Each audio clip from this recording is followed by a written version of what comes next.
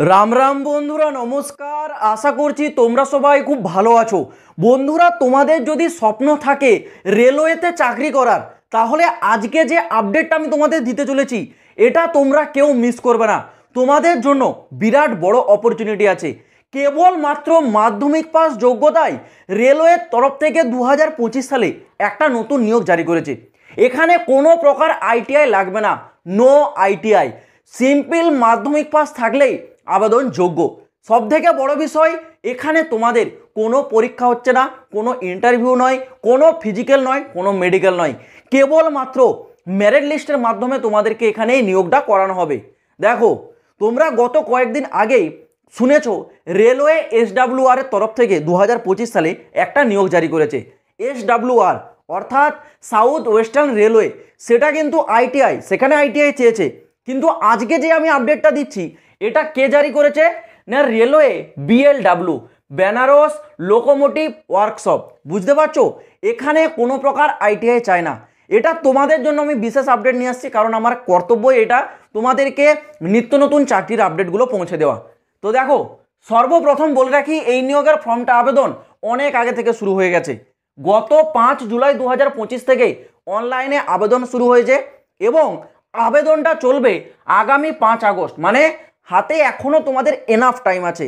যারা এখনও এই নিয়োগ সম্বন্ধে জানো না, ইজিলি আগামী 5 আগস্টের মধ্যে তোমরা আবেদনটা করতে পারবে।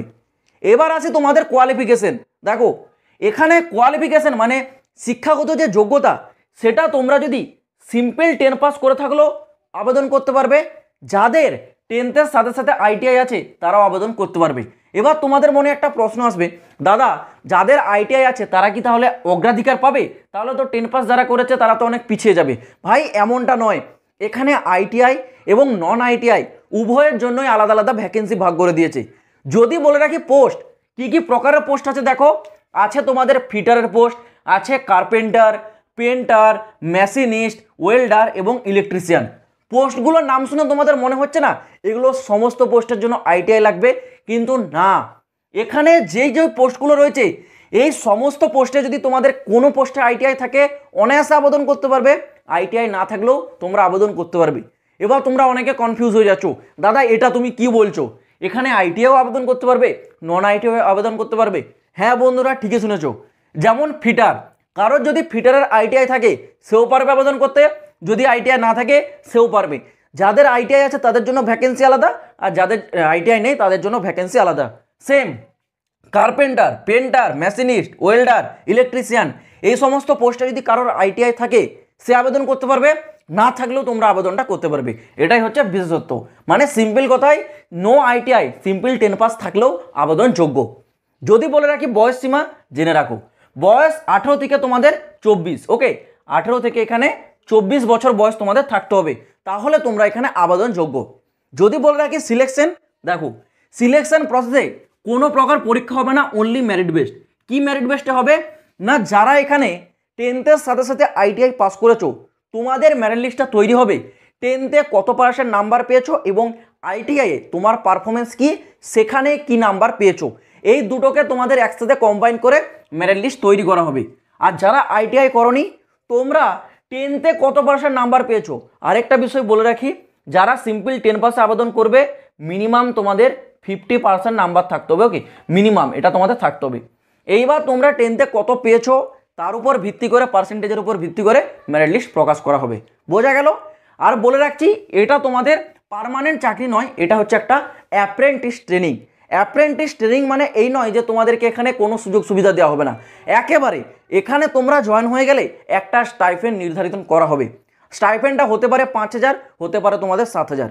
কিন্তু 10 পাস সিম্পল যোগ্যতায় যারা আবেদন করবে তাদের যা স্টাইপেন্ড থাকবে তার থেকে 1,000 টাকা বেশি থাকবে যারা এখানে আইটিআই পাস করবে।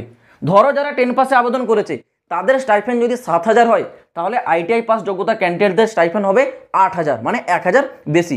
তোমরা এখানে স্টাইপেন্ডটা পাবে, আর অবশ্যই একটা তোমরা এখানে সার্টিফিকেট পাবে, যেটার গুরুত্ব অমূল্য, মানে কোনো মূল্য নেই, বিরাট বড় গুরুত্ব।